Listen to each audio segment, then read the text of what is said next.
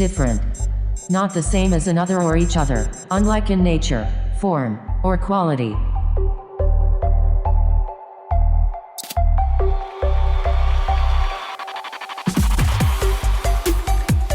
You're called to stand out, to lead the way. Be a part of a movement unlike any other, and change your world together. Don't be different alone.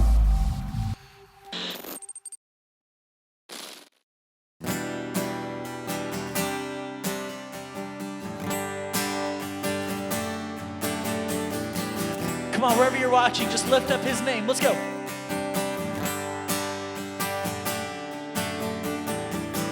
This is no performance, Lord, I pray it's worship. Empty words I can't afford. I'm not chasing feelings, that's not why I'm singing. You're the reason for my song. 'Cause I only wanna sing.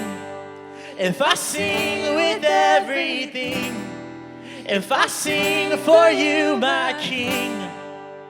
Whoa, whoa, I can't imagine why I would do this all for hype. 'Cause it's all to lift you high. Whoa.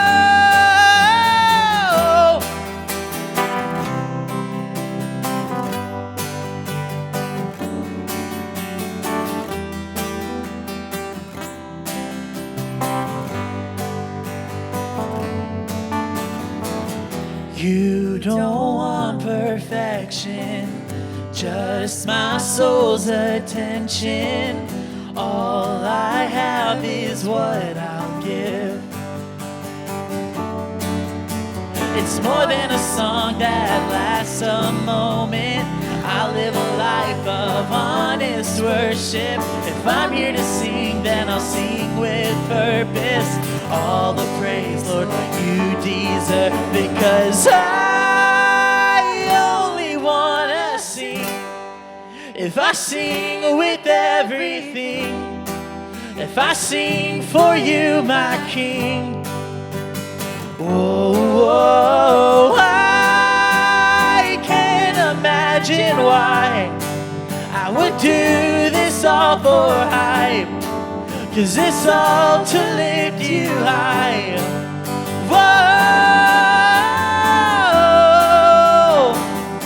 oh, I only want to sing for you, Jesus. Hey, let's go. 1, 2, 1, 2, 3. Let's go.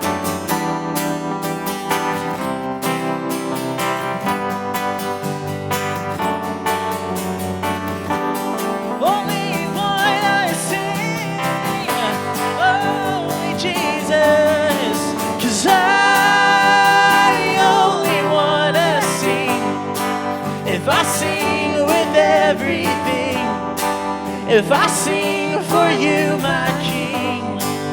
Whoa.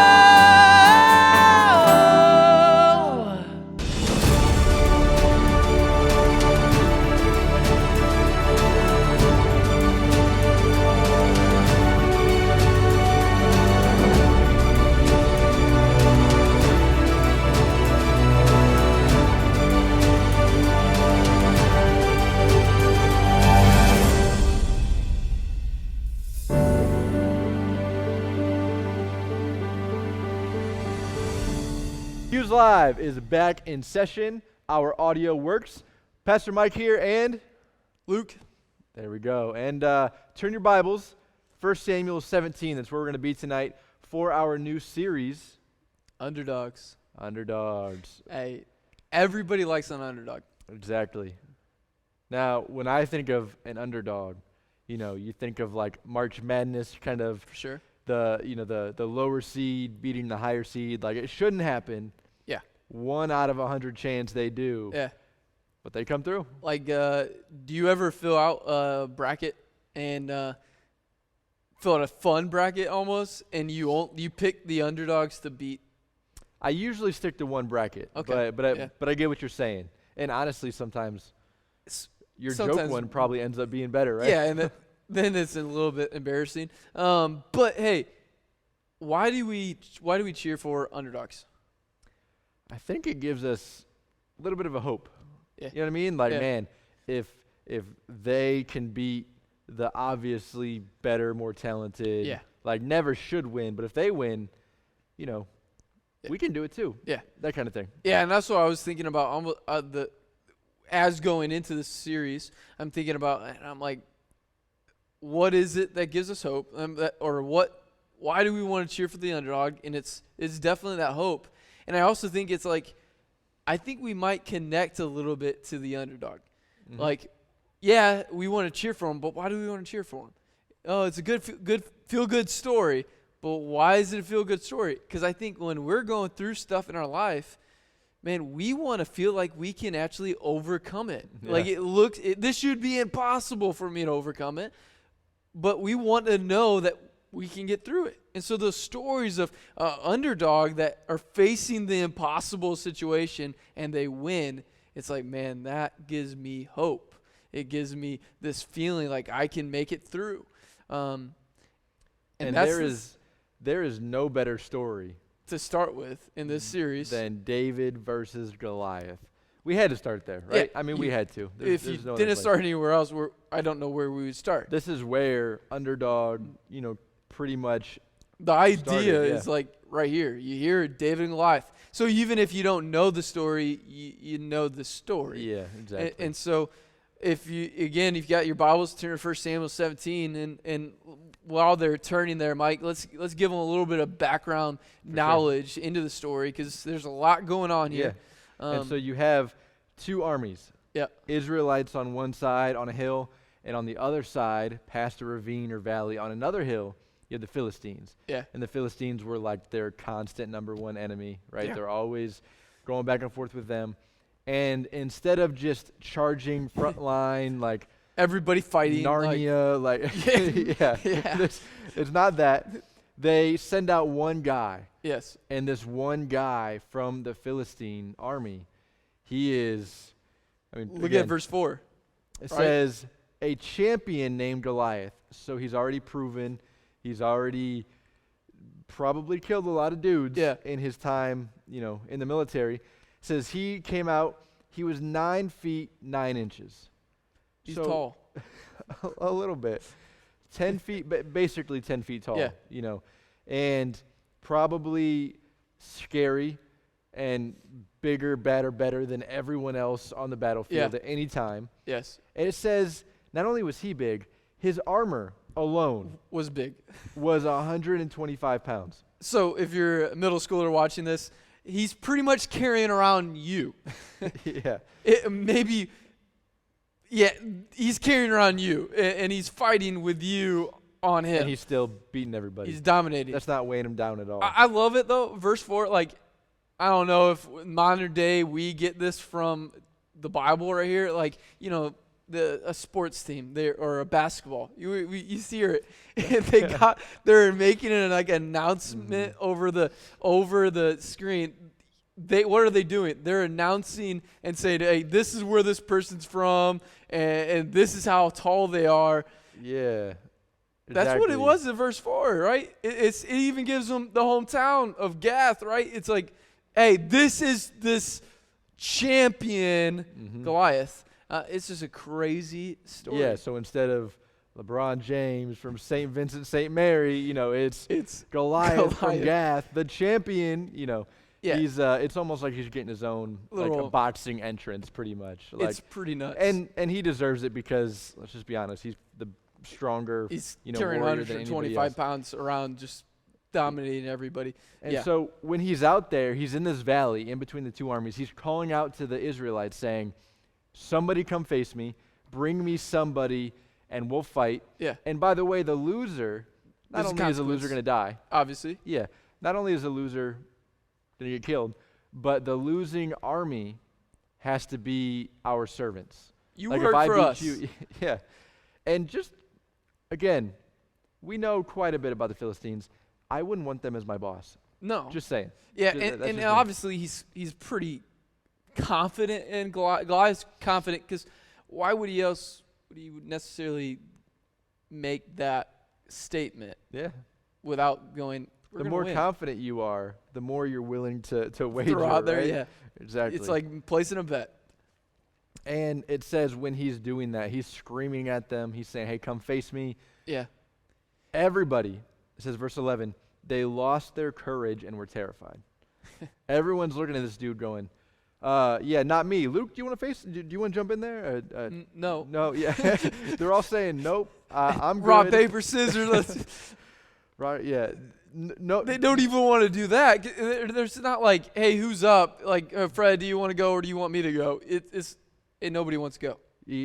Have you ever been called on by a teacher? Yes. And everyone's just kind of pretending they're doing something on paper or trying to. The worst part ignore. is when you're even pretending and you're going, I don't know. Yeah. Please don't call on me. Please don't call on me.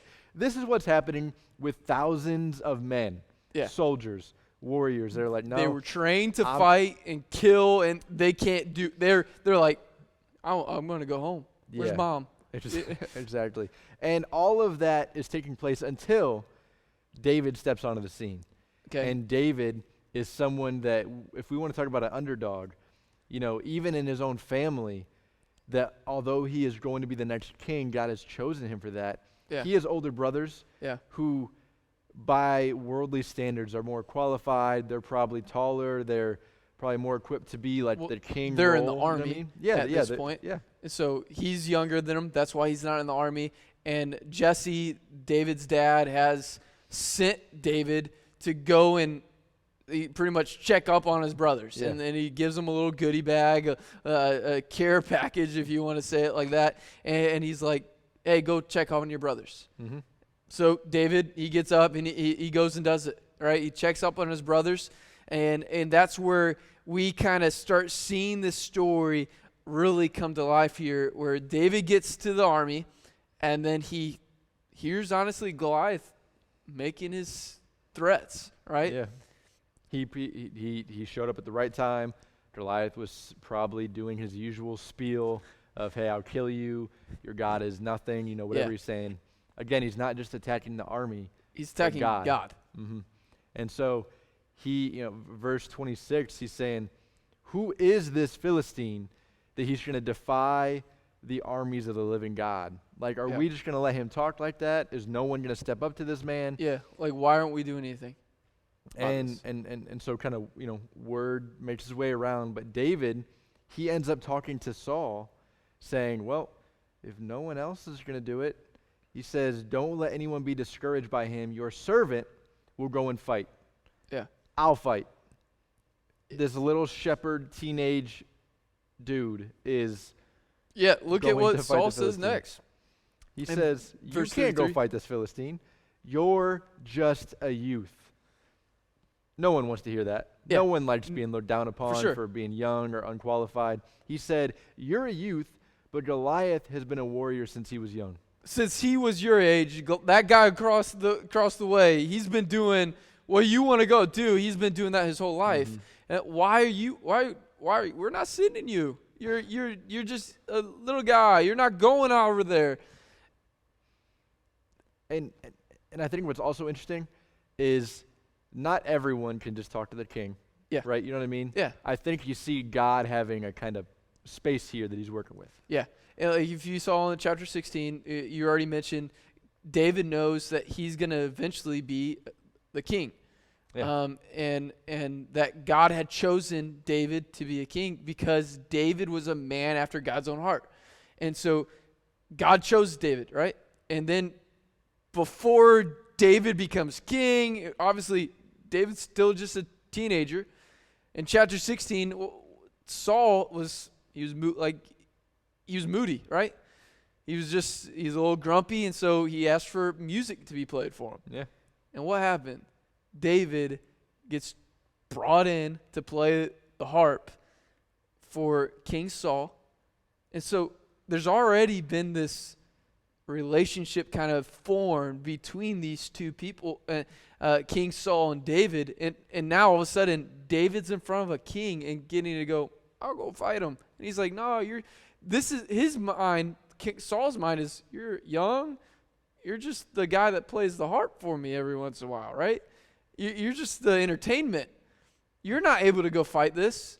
Send me a warrior. Send me somebody that actually can fight, not you. Yeah, but David's in the spot where he's able to defend himself and say, no, Yeah. I got a little more experience than you think. Yeah. Again, he's a shepherd, so not the, manliest job in the world, Yeah. but it's an important one that a lot of people had, Yeah. in this time. And David said, I may just be a youth, I may be a shepherd, but I can handle myself. I Yeah. can take care of my own. Verse 34, whenever a lion or bear came for the sheep, it says, I went after it, struck it down, and rescued the lamb from its mouth. So he has taken down lions and bears by himself. Yeah. And then look at verse 37. It said, then David said, the Lord who rescued me from, the lion or the bear, he's going to rescue me from the guy over there. He's going to protect me from the Philistine. He's going to protect me from Goliath. But look at that. He recognizes, David at such a young age, he recognized who was in control. And he goes, you know what? God's in control over all things, over all circumstances. You know what? I'm going to have confidence in that. And his faith was in that. He definitely had ability. Yeah. To take out a lion, to take out a bear, there's some talent there. So he had skill, he had talent, but he used his talent, he used his skill in going, I'm going to glorify God with that. That's huge. Yeah. I mean, he's not just saying, man, let me bank on myself and my prep and everything I've been through. Even for some of us that have talents, it's really easy good at for your us sport. I can win this game. I made that incredible shot. Yeah, I can do this. Yeah. Great. Cool. But how often do we say, win or lose, whatever, I'm going to do my best, but God's got me no matter what. Yeah. God's going to be there during and after, no matter what happens. Yeah. And that was David. You have an army of thousands of guys who are supposed to be led by Saul and God, ultimately. They're all seeing Goliath as this impossible situation. They're not having faith. Yeah. They are having... And they're God's people. Yeah. And they're not going, oh yeah, God, I'm right with you. I don't know how you're gonna do it, but you're gonna protect us. Mm-hmm. They're going, hey, when can we go home? David is the only one that has the right faith in God. Yeah. And again, you see God working there. And so Saul finally is like, all right, go for it. Yeah. Sure. Get fine. some armor. And you see 38 through 40, he tries on the armor, doesn't fit. He's like, I'm not used to this stuff. Which shows, I think, honestly, probably how young he really is. Mm-hmm. Because he's trying on adult men's armor, and it's probably however small they can get, and it's just not fitting. It's not working for him. He's not strong enough to wear it and fight. And so he goes back to his roots. Yeah. He goes back to the slingshot, and he goes and he actually, staff. What we know is he goes and picks up 5 smooth stones and then puts them in his pouch. That's what he's taking as a war, as battle. Against a 10-foot guy. Monster. Who, look in verse 41, it said, the Philistine came closer and closer to David. So he's coming down the hill to meet up with David and fight David. And Goliath has a shield bearer in front of him, which just means that guy's job was to carry Goliath's shield. Yeah. Fun job. That's some high-class privilege right there. Imagine having someone just carry around your book bag. You carry around, yeah. Like, what in the world? But then it goes on, and it said, when the Philistine looked and saw David, he's like, he despised him because he was just a youth. He was healthy, he was handsome. And then he said to David, am I a dog that you come against me with sticks?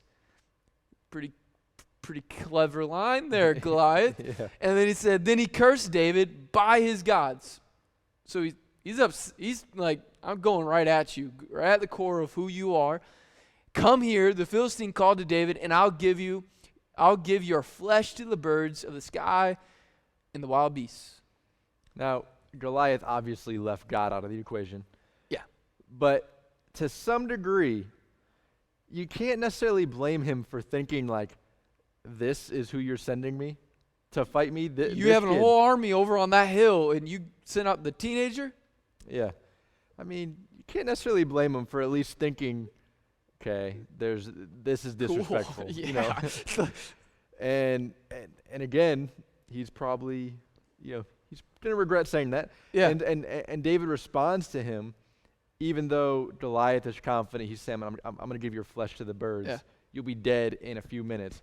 David says, nope, it's not going to go down that way. Let's talk about it. Verse 45, you come against me with a sword, spear, and javelin, but I come against you in the name of the Lord of armies, the God of the ranks of Israel. You have defied him. Today the Lord will hand you over to me. I'll strike you down, remove your head, and give the corpses of the Philistine camp to the birds and the wild creatures of the earth. I got to say I love it because it's like towards the end, it's like such cockiness. Like, here's a teenager talking to a rightly placed, grown man and saying, you know what, I'm going to feed you I'll give your all the Philistines to the birds of the sky. You know, you're going to feed me, we'll feed you. Don't talk to people that way. Yeah, that's not a great idea. Yeah. But look at the beginning. I think this is important.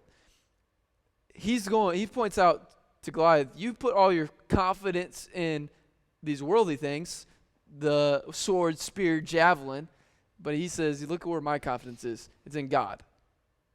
That's it. You know, like he's going, that's why you think you're going to win, because you got all this stuff over here. I think I'm going to win because I serve God. Mm-hmm.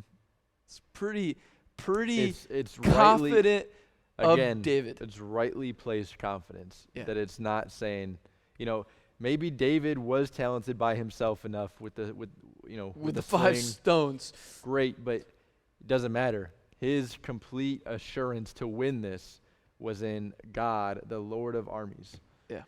And man, what does it say for our lives? You know what I mean? Like David, even though nobody was on his side, believing that anyone could do this, people watching him, they're probably like covering their eyes, like, oh, I don't want to see this kid get killed. You know?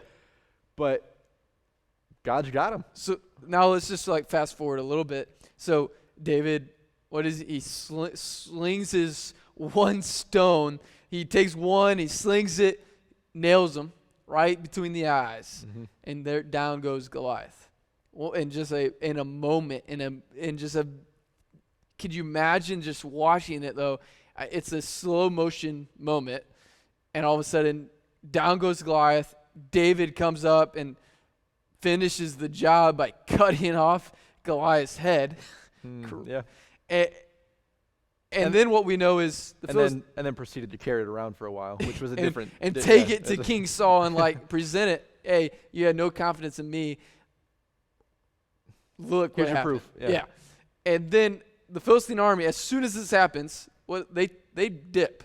They're out of there but then the Israelites, they're the complete opposite. They're going, what just happened? Yeah. And so they went from not even having faith, hiding, not only about God, but to about David. They're soaring through the roof at that point. Just switches. We've all watched it, right? The team wins a basketball game, and then now all of a sudden the stands are emptying onto the court. It was that moment, but on a battlefield. You ever been a part of one of those? It's smaller scales, yes. Me, Zach, Jeff, and Thomas were at Ohio State game when it was fun. When we were there, we went to in the big house. We were there when Ohio State won. It came down down to the wire. In the stands, it still felt like that. It was like the Michigan fans all left, and we were like partying. We were celebrating. That's what it was like. Like they were just like this all-time high confidence. Like remember going into the big house? And it was like almost like you're a little nervous because you're in enemy territory. You know the risk if you lose. Yeah, everybody's yelling at you. It's just not good. We were right in front, above the student section, and then we win, and then it's like turns around, and we're just like, ha ha to you, because we win, you guys suck. You like find every way to like bump into them and go, good game. It's just a whole nother level of confidence all of a sudden comes onto you. And Well- so that's what happens is the other Philistines, they fled, Gone. but the Israelites charged after them and again continued to lay And the think beat down. about it. I think for so many of you guys that are watching, so many of us might have that reaction of somebody else, I guess, looking upon us and saying, you can't lead well because you're just young. See, King Saul was supposed to lead Israel super well and lead them towards, he's the king. He's supposed to lead them towards God, but he didn't do that well. But here's the young guy in David who shows up in the scene and does that well. He leads with this confidence that God is in control and he's able to do whatever. And he could have lost, but David still had that confidence. He didn't know if he was going to win or lose. He goes in going, I'm going to win because God's got me. And his age didn't matter. His lack of military experience didn't matter. Yeah. And I think that says a lot for, everyone watching and even us as, doesn't matter how old you are, we can still set an example For sure. in our faith in God and how we trust him and how we, just handle situations almost like a vision to where when we see issues or problems or fears in our life, we don't view them as bigger than God, but we view them as something God can handle. Yeah. And I think that's really our drive home point that we want to kind of make is challenging you. Okay, whatever's going on, we're in this time of COVID-19 and this quarantine. It's uncertain, a lot of uncertainty. When do we get back to somewhat of the normal? When we start getting to hang out with more friends and doing life like we used to do it? How, as a senior, some of you guys watching, you're like, well, my senior year is all what's going on with it. My parents, they lost their job or they're unemployed right now. All right, whatever's going on, do you have confidence like David that God's in control? Like you might not understand what's going on right in this moment, but do you believe that God, no matter the moment, whether it's good, bad, or ugly, that God is in control? And then does it show up? Okay, if you say yes, right now you're going, yeah, God's in control. I believe that. Well, do you live like that? Because really, if you believe it, then it will show up in the way you live. If you asked the entire army, they would probably say, yeah, God's in control. Yeah. But They what weren't did showing it, though. The fruit that showed, which we just jotted down about the fruit of the Spirit, the fruit that it showed in their life was fear, not confidence, not going, oh, God's got this. It was scared. So whatever's going on in your life, and if you're saying, hey, God's got this, God's in control, are you living like it? And then is it showing up? And so Mike, practically, how maybe a way really fast, like David, he's a guy that we know through the Bible is a guy we're told is a man after God's own heart. Does he make mistakes? We've talked about those. few. Yeah, he makes mistakes. But here's David. He's known for being that.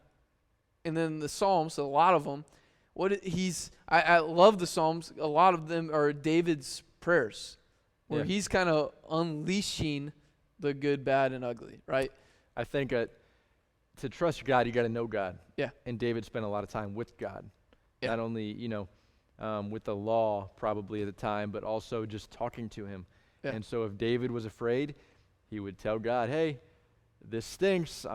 People are trying to kill me. I'm not too Not too sure about this. yeah, God, how is this going to work out? But whatever he was feeling, he let God know. And that's something we need to do as well. Maybe we're not feeling 100% confident all the time. Yeah. Man, I know God is going to get me through this time. I know God is going to, heal my family member from this. Even if we're not sure, we can still trust God and communicate that to him. And even if it doesn't happen, like we can understand, okay, it didn't happen, but I know God is doing something that is for the best in this situation. And I don't fully understand what that is. That's where that confidence comes in. And that's what David had, and that's what we're challenging you, going, hey, do you have it? Or if you're maybe feeling like you're missing it or lacking it, or even if you feel like you have that confidence. That's where I think our breakout groups are right now in this kind of time. I think this is why we want you to be connected and getting a part of those. Because those breakout groups are where you're going to find people in your corner. You're going to have people that are wanting to challenge you and help you to do life with you, I guess, and encourage you. Okay, you got stuff that is good. Let's praise God for those things. And if it's ugly or the bad stuff, let's come alongside you and challenge you to still have confidence in God. And that's what the goal of those groups really is, to help us stay connected to each other, but ultimately help us to grow closer to Him. And so we're going to close in a second with just a song. And I challenge you, just, okay, if you're not going to sing, maybe in your room or whatever, wherever you are, think about the words that we're about to sing. We're singing a song called Tremble. And a part of that song says, you make the darkness tremble. And it's proclaiming how we're having this confidence that God's got us.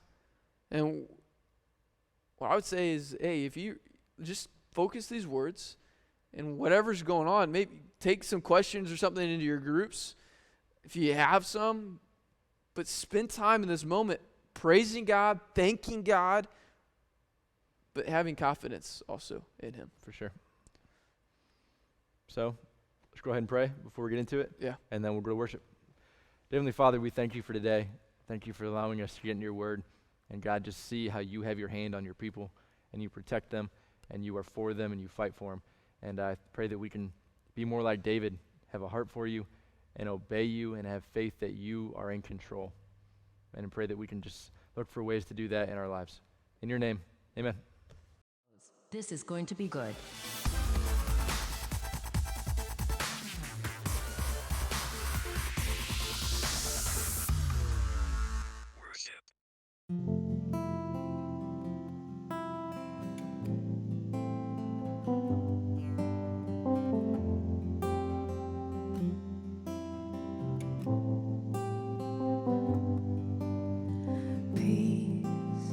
Bring it all to peace. The storm surrounding me, let it break.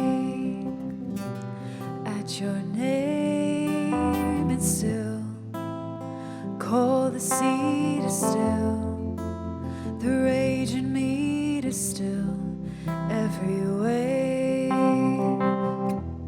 At your name, Jesus, Jesus, you make the darkness tremble. Jesus, Jesus, you silence fear.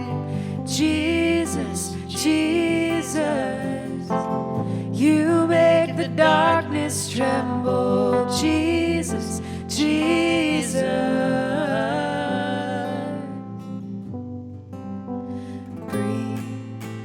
Call these bones to live, call these lungs to sing once again. I will praise Jesus, Jesus, you make the darkness tremble. Jesus, Jesus, you silence fear. Oh, Jesus, Jesus, you make the darkness tremble. Jesus, Jesus.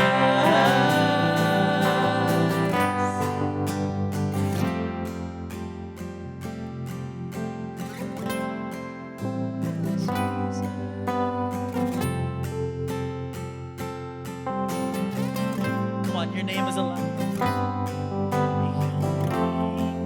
Is a light that the shadows can't deny. Your name cannot be overcome. Your name is alive, forever lifted high. Your name cannot be overcome. Your name is alive that the shadows can't deny. Your name cannot be overcome. Your name is alive, forever lifted high. Your name cannot be overcome. Sing Jesus.